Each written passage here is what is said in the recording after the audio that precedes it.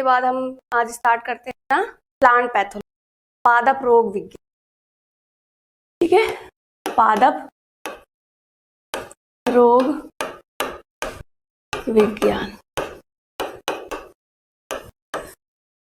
आप सभी को पता है कि पादप रोग विज्ञान का अपने एग्रीकल्चर में बहुत ही महत्व है, क्योंकि एग्रीकल्चर कृषि से संबंधित जो है पादपों में ही होती है, और पादप जब हम उगाते हैं पौधों को तो उसमें बहुत सारी बीमारियां वगैरह फैलती है। तो उन रोगों का अध्ययन कर उनका निदान करने के लिए हमें प्लांट पैथोलॉजी का स्टडी करना होता है। ठीक है, इसको इंग्लिश में बोलेंगे प्लांट पैथोलॉजी। इसकी परिभाषा आपने आपको बताई थी, विज्ञान की वह शाखा जिनके अंतर्गत पादपों के रोगों से संबंधित अध्ययन किया जाता है, क्या कहलाता है? Plant pathology. ठीक है, अब ये जो प्लांट पैथोलॉजी जो है ये 3 शब्दों से मिलकर बनी हुई है। देखिए, पहला प्लांट, दूसरा पैथोस, तीसरा लोगोस। ठीक है, प्लांट का मतलब हो गया पौधे, पैथो का मतलब हो गया रोग, और लोगोस का मतलब हो गया अध्ययन। ठीक है, मतलब कि पादप में उत्पन्न हुए रोगों का अध्ययन। अब ये जो तीनों शब्द हैं ये कौन सी लैंग्वेज है? ग्रीक भाषा। ग्रीक भाषा के शब्दों से मिलकर बना हुआ है, ग्रीक भाषा के शब्दों से मिलकर बना हुआ है प्लांट पैथोलॉजी। ठीक है, अब प्लांट पैथोलॉजी का सबसे पहले जो स्टडी है वो किसने किया? तो देखिए, पादप रोग विज्ञान के जनक, पादप रोग विज्ञान के, इसको ठीक से लिखते हैं हम, विज्ञान के जनक कौन है? देखिए, जनक है Anton de Bary. Anton de Bary. अब पूछा जाए तो देखिए, ये तो हो गए पादप रोग विज्ञान के जनक। अब इसमें हम लेके कि father of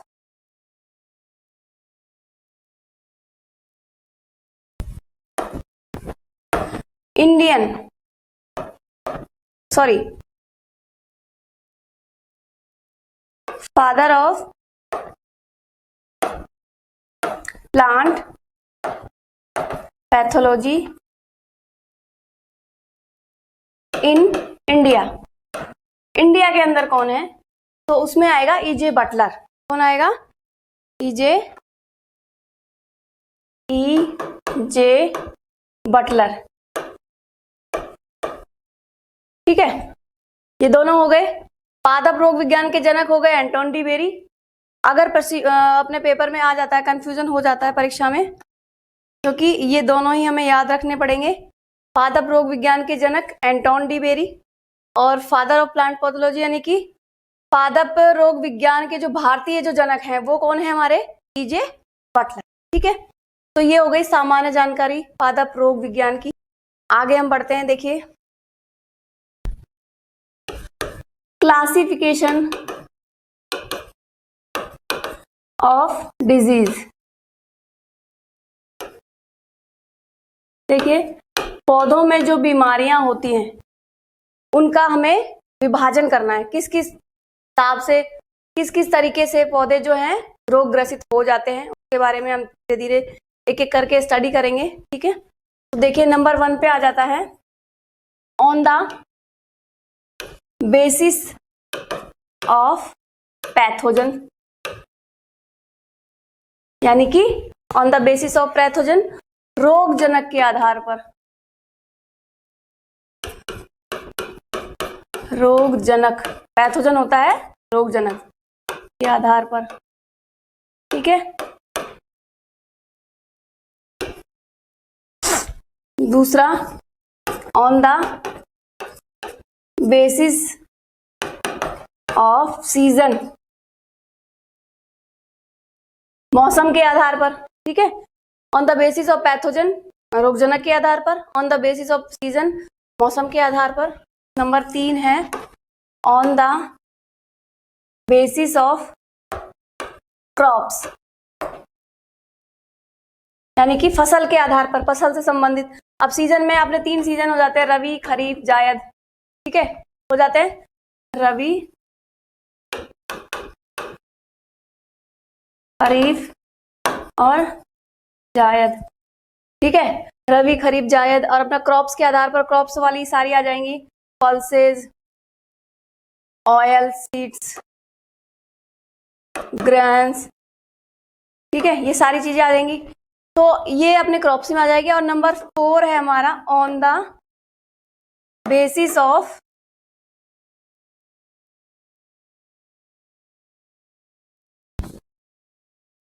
on the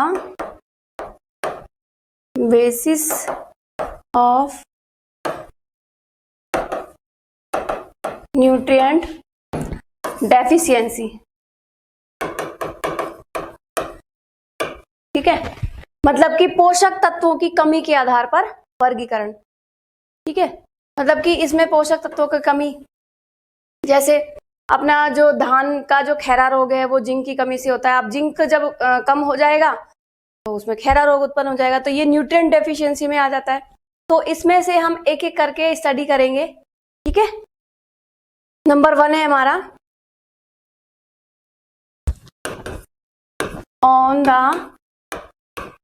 basis of pathogen, pathogen, ठीक है, रोगजनक के आधार पर, आधार पर, ठीक है। अब रोगजनक के आधार पर हम लेते हैं, देखिए इसको 3 भागों में हम डिवाइड करते हैं, बायोटिक,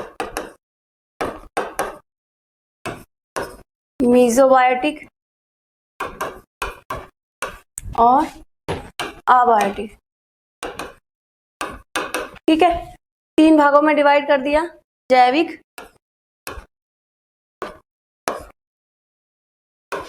अर्धजैविक। अर्धजैविक का मतलब होता है वो अब हम आपको बताएंगे इसको विस्तार से। और ये हो गया अपना अजैविक, ठीक है, अजैविक। क्या चीज होती है ये जैविक, अजैविक, अर्धजैविक? तो देखिए जैविक का मतलब होता है उसमें सारी जो जीव जंतुओं की क्रियाएं सारी चीजें होती है वो जैविक में आ जाते हैं। अर्धजैविक में ना तो वो जीव है, सजीव है, ना ही वो निर्जीव है। तो इसके बीच की ये जो योजक कड़ी है हमारा वायरस कहलाता है, ना तो वो सजीव ही हो पाता है ना ही वो निर्जीव। और अपना आ जाता है अजैविक में, जो अपना सजीव के जैसे सांस लेना, गति, पोषण, ये सब चीजें नहीं करते हैं, लेकिन हम लोग इस पर डिपेंड रहते हैं। तो देखिए जैविक में क्या क्या आ जाता है अपना, जैविक में आ जाते हैं जैसे फंगी यानी कवक, बैक्टीरिया, जीवाणु, शैवाल, एल्गी, शैवाल, प्रोटोजोआ,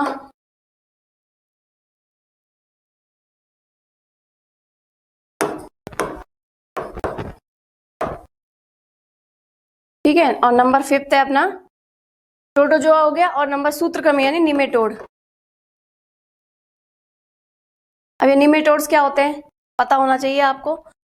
निमेटोड्स होते हैं थ्रेड लाइक स्ट्रक्चर, धागे नुमा संरचना, जो छोटे छोटे सूत्रकृमि जो निमेटोड्स हैं वो जड़ों में पाए जाते हैं और गांठें बनाकर, कॉलोनी बनाकर अपना जीवन यापन करते हैं निमेटोड, ठीक है। ये तो हो गए अपने जैविक। और अर्धजैविक में अपना वायरस आ जाएगा, जैसे रोग जैसे फैलाते हैं टैबेको मोजेक वायरस, TMV, ठीक है। तंबाकू में जो रोग फैलाते हैं वायरस, टैबेको मोजेक वायरस। और अपना अजैविक में आ जाएगा, तो देखिए पोषक तत्वों, सूक्ष्म पोषक तत्वों की कमी के द्वारा जो रोग उत्पन्न होते हैं वो वही धान का खैरा रोग और वीपटेल मॉलिबेडनम की कमी से होता है गोभी में। ठीक है, सूक्ष्म पोषक तत्वों की कमी, ऑक्सीजन की कमी, ठीक है, टेम्परेचर का बढ़ना या घटना, तो ये सारे किस में आ जाएंगे, हमारे अजैविक। तो ये जो वर्गीकरण है किसके आधार पर है, on the basis of pathogen, pathogen के आधार पर वर्गीकरण। ठीक है, दूसरा हम पढ़ते हैं, देखिए दूसरा, on the basis of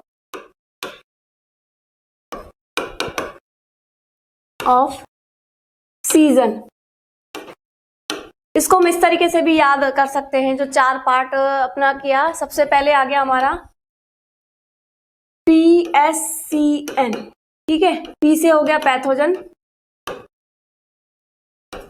S से हो गया सीजन, C से हो गया सीरियल्स क्रॉप्स और N से हो गया न्यूट्रिएंट डेफिशिएंसी।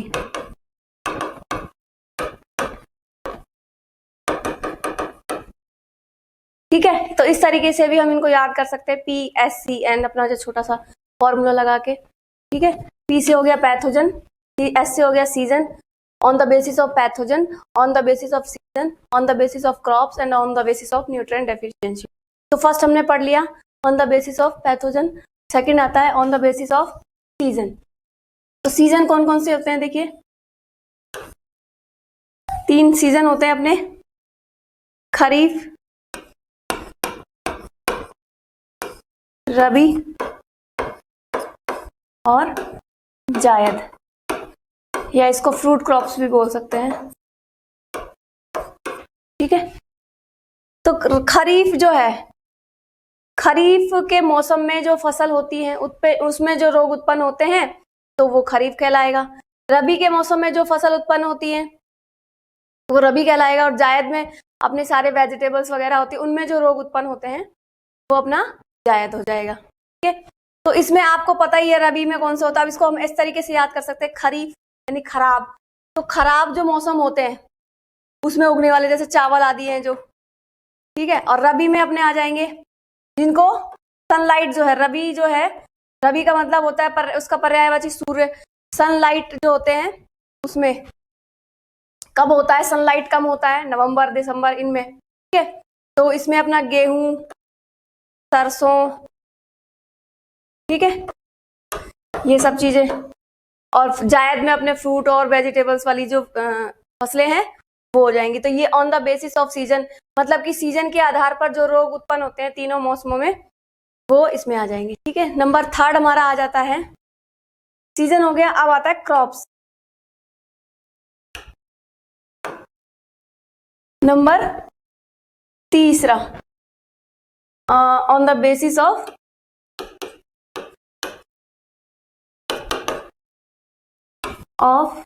क्रॉप्स। देखिए इसमें क्या आ जाएगा, देखिए इसमें ये आ जाएगा क्रॉप्स के माध्यम से जो रोग उत्पन्न होते हैं, रोग फैलते हैं, वो इसमें आ जाएंगे, जैसे सीरियल्स हुआ और अपना ऑयल सीड हुआ, तिलहनी, दलहनी, पल्सेज हो गया, फाइबर्स हो गया। ठीक है, तो इनमें जो रोग उत्पन्न होते हैं वो अपने किस में आ जाएंगे, क्रॉप्स। नंबर 4 हो गया on the basis of nutrient deficiency.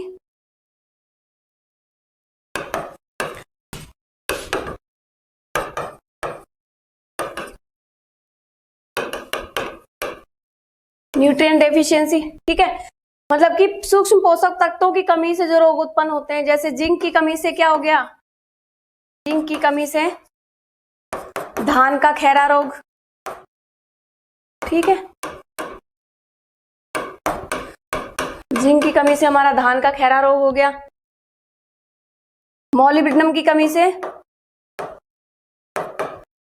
गोभी का वीपटेल रोग हो गया, गोभी का वीप टेल।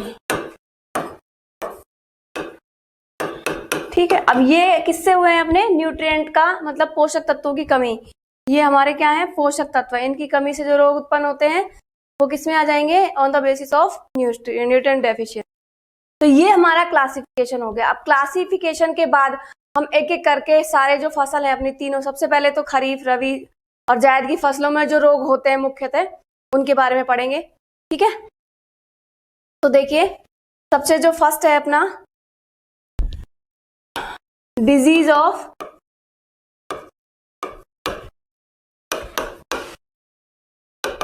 खरीफ क्रॉप्स।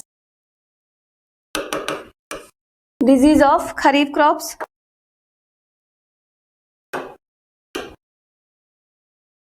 खरीफ की फसलों में होने वाले प्रमुख रोग।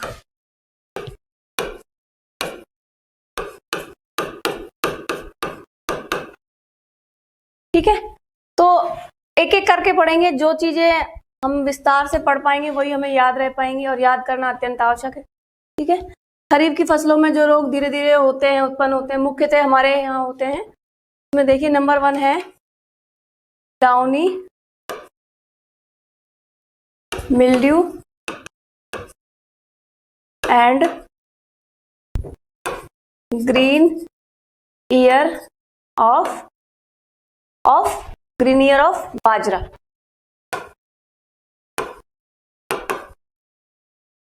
किसमें होता है ये? बाजरा में। Downy mildew and green ear of bajra. Downy mildew इसको किसको क्या बोलेंगे?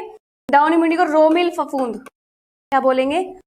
रोमिल फफूंद।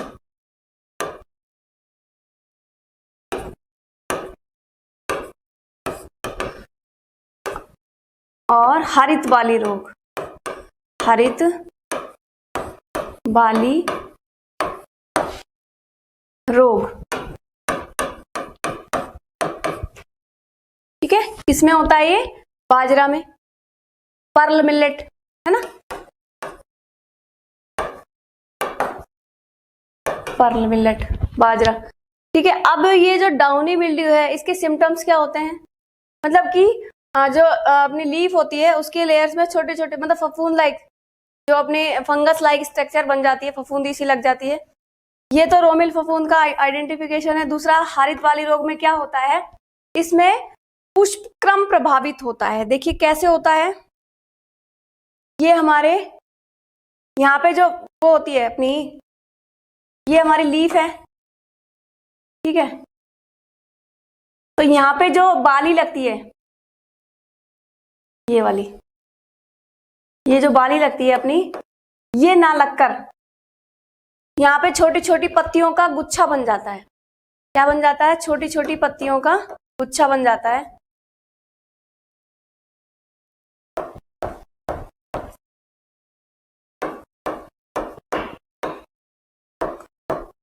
क्या बन जाता है? छोटी छोटी पत्तियों का गुच्छा। यानी कि इससे क्या होता है? पुष्पक्रम प्रभावित होता है।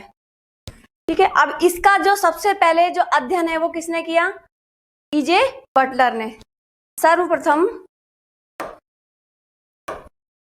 1907 में ईजे बटलर ने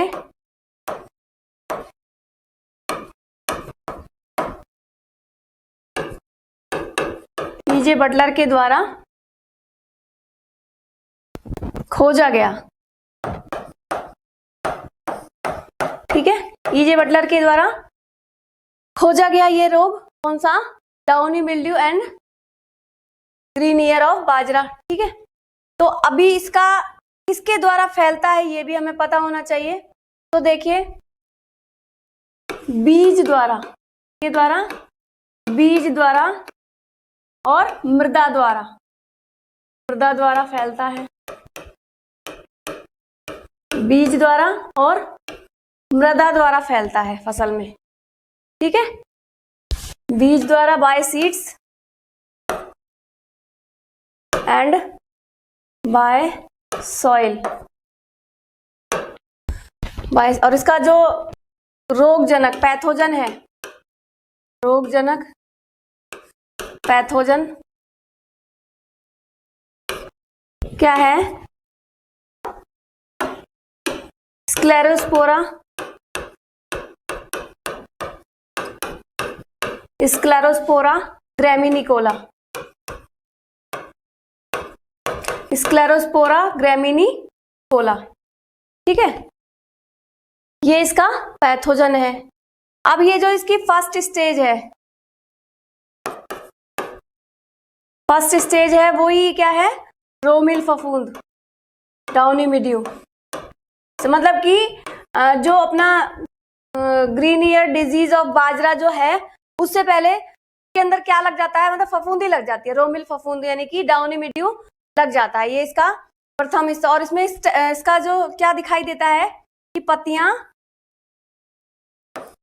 पीली पड़ जाती है। क्या होती हैं? पत्तियां पीली पड़ जाती हैं।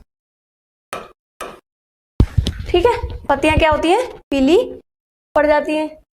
अब जब पत्तियां पीली पड़ जाती हैं तो उसकी जो वृद्धि है वो प्रभावित हो जाती है। ठीक है, तो ये हो गया हमारा downy mildew and green ear disease of bajra. ठीक है, अब हम नेक्स्ट देखते हैं। हमारा नेक्स्ट कौन सा रोग है? अच्छा, एक चीज और, इसके अदर नेम भी हैं और हम इसको क्या क्या बोल सकते हैं? अदर नेम है इसका जोगिया रोग, क्षेत्रीय भाषा में जो हम जानते हैं जोगिया रोग, तुलासिता रोग, तुलासिता रोग। ठीक है, तुलासिता रोग, मृदु रोमिल आसिता रोग, मृदु रोमिल आसिता, मृदु रोमिल आसिता रोग और कैरिया रोग, ये इसके अदर नेम है, कैरिया रोग। ठीक है, ये सारे जो स्टेप ये हैं, ये क्या बोलते हैं, किसका है? ये डाउनी मिड्यू का। क्या है ये? डाउनी मिड्यू का। ये जो हमारी फर्स्ट स्टेज है इसका है डाउनी मिड्यू।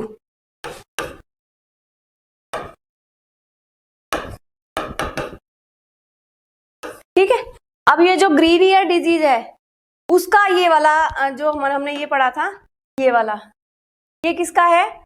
डाउनी मिड्यू, उसका अपना ग्रीन ईयर का। इसका जो पुष्पक्रम जो है वो प्रभावित होता है। पत्तियां जो है ऊपर जहां पर अपना फ्रूट निकलता है, इसका मतलब कि बाली निकलती है बाजरे की, वहां पर छोटी छोटी पत्तियां अपना गुच्छा बना लेती है। ठीक है, ग्रीन ईयर स्टेज सेकंड अवस्था, सेकंड स्टेज है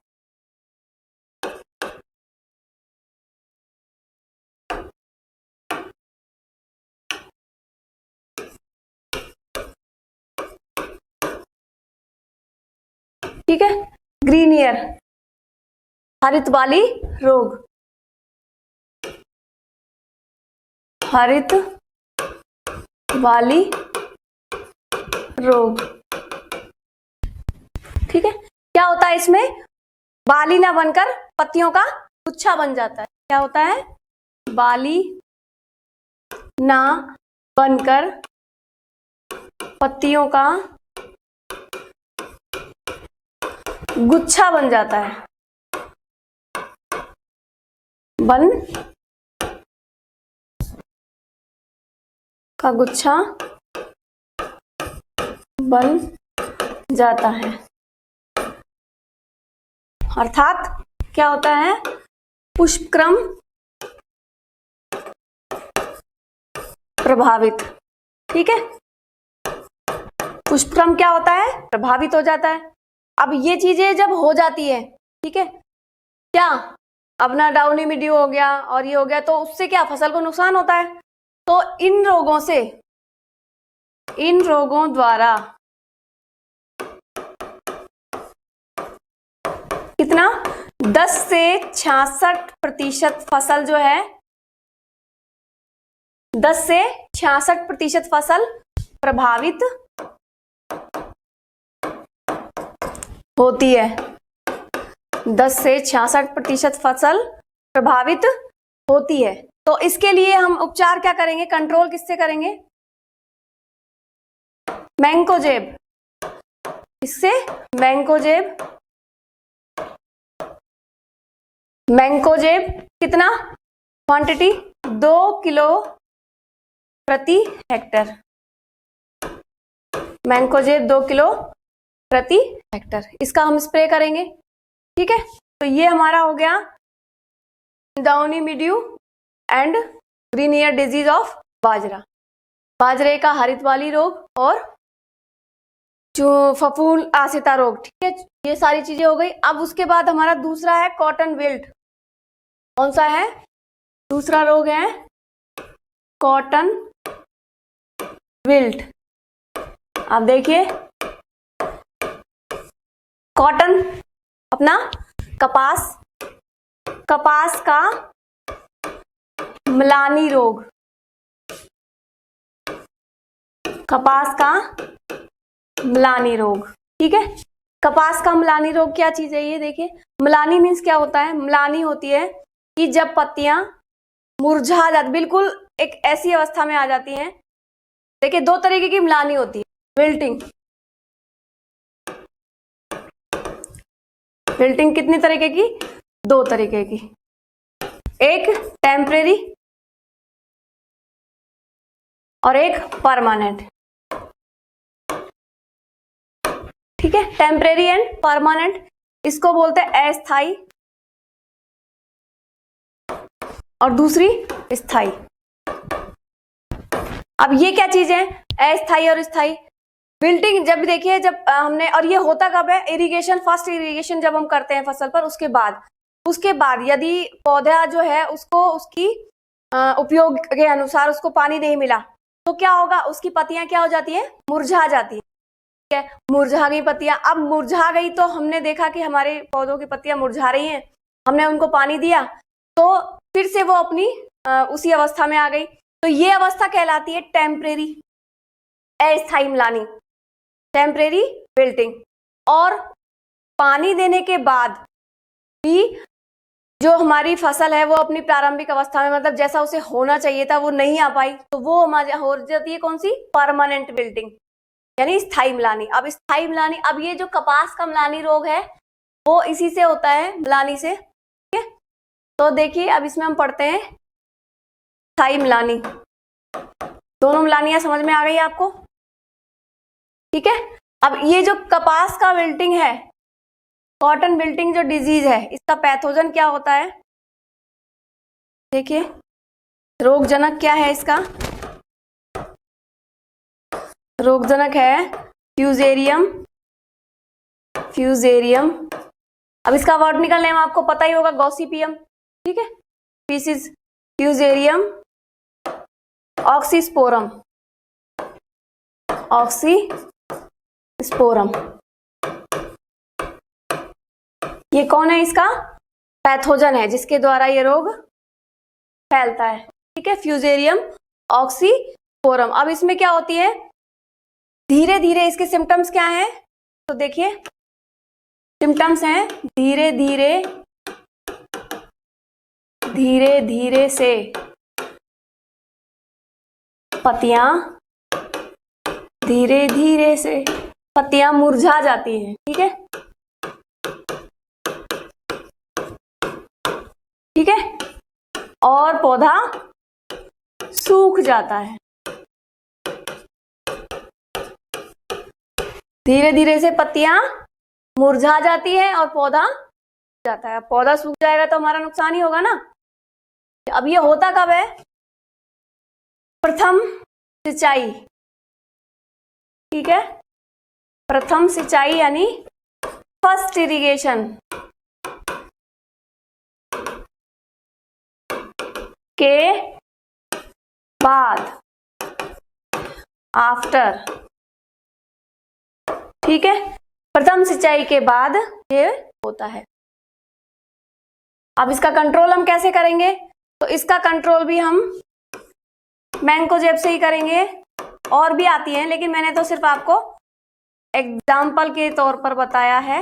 मैंकोजेब 0.2% प्रति हेक्टेयर। ठीक है, 0.2% प्रति हेक्टेयर। और सीड ट्रीटमेंट भी कर सकते हैं हम, यानी कि बीजोपचार। सीड ट्रीटमेंट किससे करेंगे हम? कार्बेंडाजिम से। कार्बेंडाजिम। ठीक है, ये हो गया अपना कॉटन विल्ट, कपास का मिलानी रोग। ठीक है, अभी हम देखते हैं टिक्का रोग। टिक्का किसमें होता है ये? टिक्का रोग। टिक्का रोग हो गया हमारा मूंग, ग्राउंड नट। इसको हम पत्ती धब्बा रोग भी बोलते हैं। पत्ती धब्बा रोग। सीधा सीधा इससे हमारा एक सिम्टम तो दिखाई दे गया हमको कि पत्तियों पर क्या होते हैं? धब्बे पड़ जाते हैं। ये हमारी पत्ती है मूंगफली की, और ये इसकी शिराएं हैं, है ना। और यहाँ पे मोटे मोटे भूरे भूरे धब्बे पड़ जाते हैं। तो ये हो गया हमारा पत्ती धब्बा रोग। इसमें क्या होता है? 25 से 30% फसल,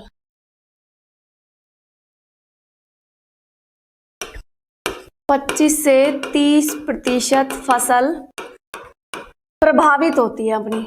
ठीक है, 25 से 30% फसल प्रभावित होती है।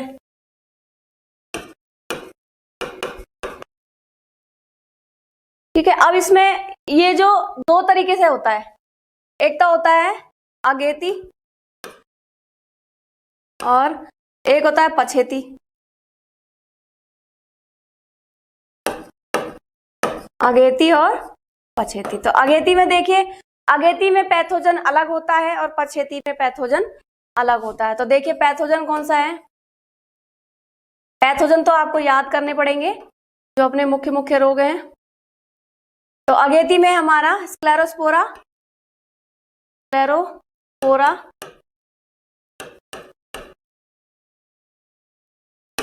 अरेचिडिकोला, इसको हम आगे बढ़ा देते हैं,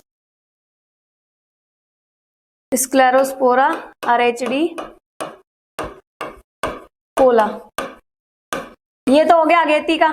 ठीक है, और इसका हो गया स्क्लेरोस्पोरा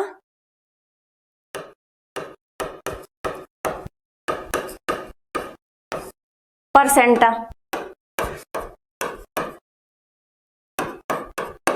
स्क्लेरोस्पोरा अरेचिडिकोला अपना अगेती का हो गया और स्क्लेरोस्पोरा परसेंटा अपना पछेती का हो गया। तो देखिए इनके सिम्टम्स भी थोड़े थोड़े अलग होते हैं। इसमें पत्ती पर क्या होते हैं? देखिए हम देख लेते हैं।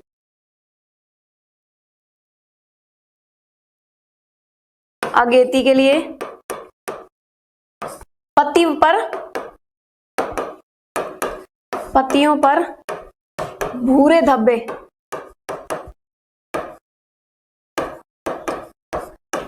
ब्राउन स्पॉट, है ना, दिखाई देते हैं।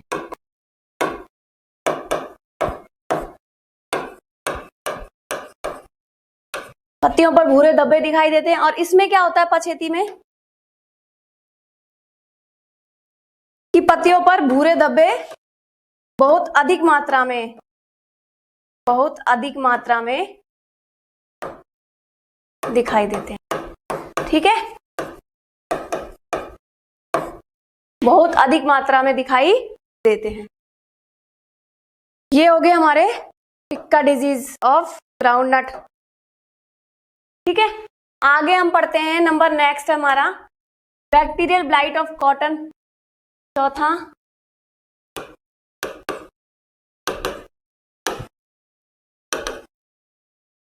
Bacterial blight of cotton. Cotton ये भी कपास का ही है।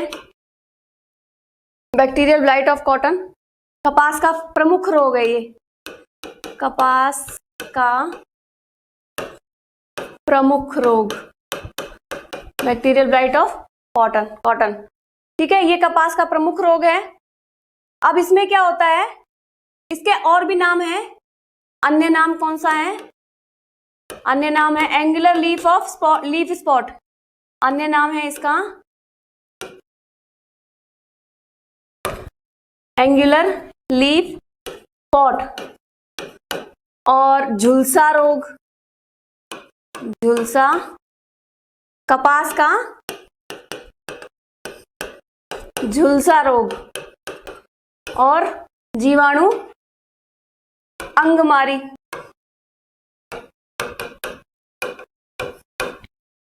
ठीक है, कपास का झुलसा रोग, जीवाणु अंगमारी, ये क्या है इसके अन्य नाम। तो इसका लक्षण क्या है, देखिए लक्षण ये है कि जो पत्ती है, पत्ती पर बूंद बूंद सी दिखाई देती है, जैसे ओस की बूंदें हो, लेकिन वो क्या करती हैं, वो पत्ती को झुलसा देती हैं, गला देती हैं। जैसे ये हमारी लीफ है, इस पे बूंद बूंद सी दिखाई देंगी। ठीक है, ठीक है, तो हम लिख देते हैं इसको, पत्तियों पर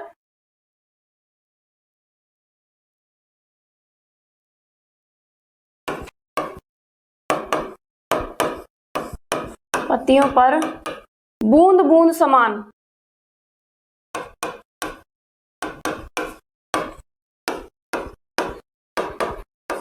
रचना दिखाई देती है। ठीक है,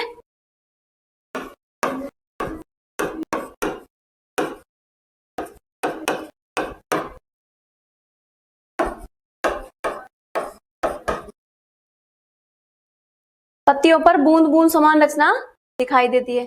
अब हम इसका पैथोजन देखते हैं।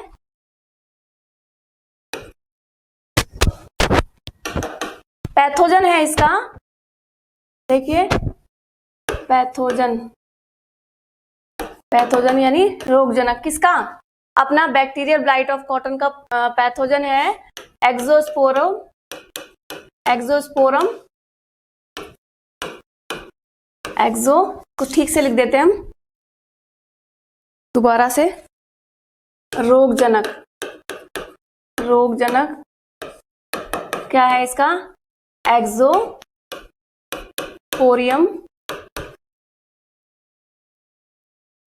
ज़ैंथोमोनास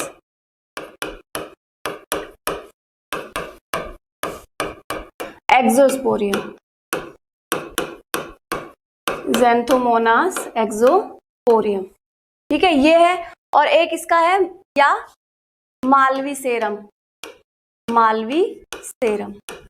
ठीक है, ये इसके दोनों रोगजनक है। अब ये फैलता किस तरीके से, देखिए सबसे पहले ये होता है बीज में। क्या होता है बीज में, ये रोग होता है बीज में। बैक्टीरियल जो अपना ब्लाइट है वो सबसे पहले किस में होता है, बीज में। बीज से वो किस में जाता है, बीज पत्र में। बीज पत्र में, बीज पत्र से अपना पत्ती में पहुंच गया, फिर पत्ती से अपना किस में आ गया, तने में, और तने से टिंडा। अब टिंडा क्या होता है ये पता ही है आपको, जो अपना कॉटन होते हैं उसके जो जिसमें से कॉटन निकलता है वो टिंडा ही होता है। तो तने से टिंडे में, और टिंडे से फिर से किस में पहुंच जाता है, अपना बीज में, जमीन में। जमीन में, टिंडे से जमीन में, और जमीन से फिर बीज में। तो ये इसका क्रम लगातार चलता रहता है। तो कंट्रोल हम किससे करेंगे, इसका कंट्रोल हम करेंगे स्ट्रेप्टोसाइक्लिन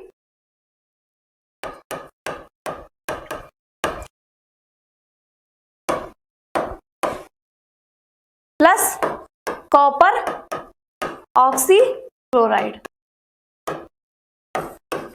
इसका स्प्रे करेंगे।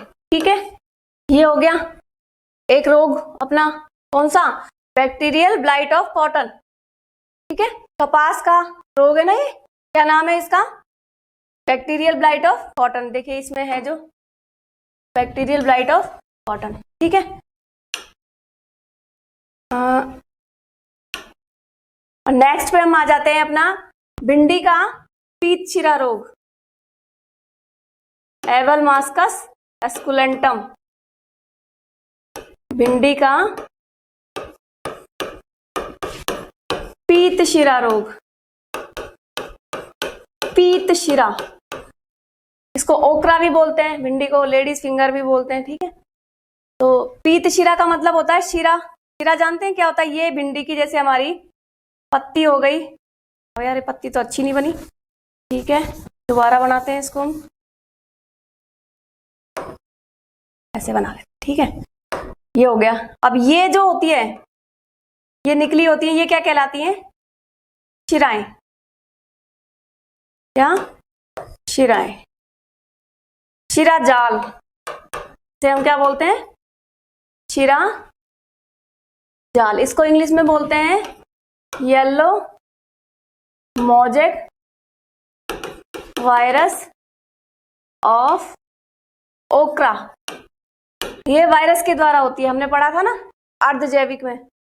तो ये जो शिरा जाल है ये पीला पड़ जाता है, जैसे पीत शिरा, मतलब कि पत्ती जो है पीली हो जाएगी और ये इसका जो जाल है वो हमें स्पष्ट से दिखाई देगा। अब जब पत्ती हरी होती है तो वो जाल पत्ती से ढका हुआ होता है, लेकिन जब ये रोग हो जाता है तो पत्ती पीली हो जाएगी और ये जाल हमें दिखाई देगा।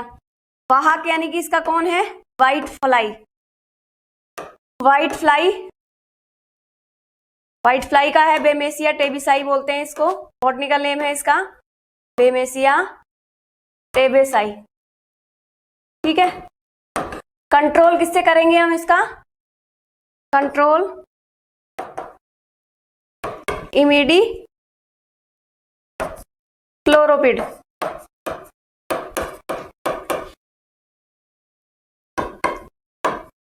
और डाई मिथोएट।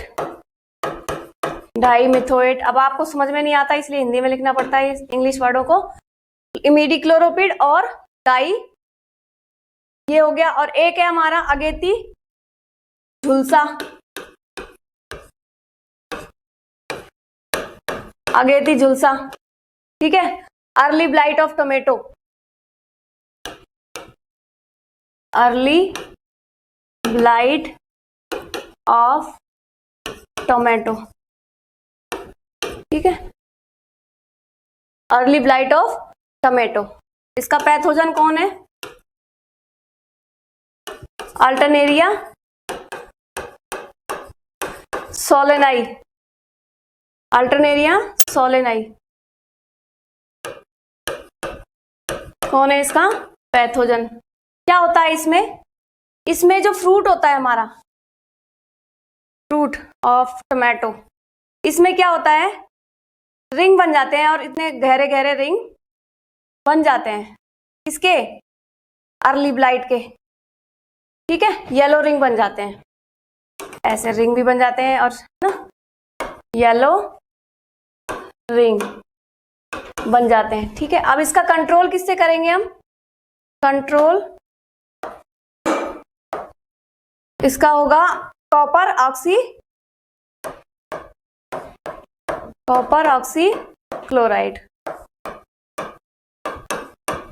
का स्प्रे करेंगे हम, का स्प्रे, कॉपर ऑक्सी क्लोराइड का स्प्रे। अब इसमें इसी का ये एक रोग और है टमाटो के लिए, ही है leaf curl of tomato, leaf, ये तो हो गया अगेती झुलसा, अर्ली ब्लाइट ऑफ पोटैटो। अब ये है लीफ कर्ल यानी कर्ल ऑफ टमाटो,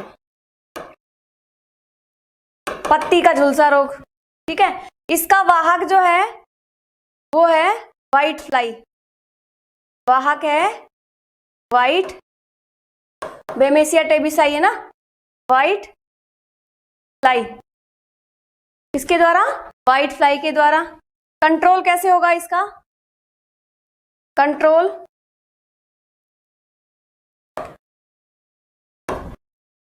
कंट्रोल में हम इसका यही करेंगे जो हमने इसमें किया था, कॉपर ऑक्सी क्लोराइड का स्प्रे करेंगे इसमें भी, ठीक है।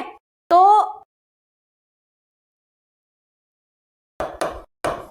ऑक्सी क्लोराइड,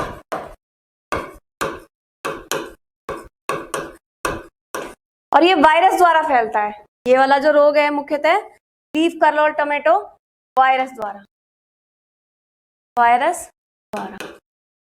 फैलता है। ठीक है, तो ये थे हमारे अपने खरीफ के फसल के मुख्य रोग।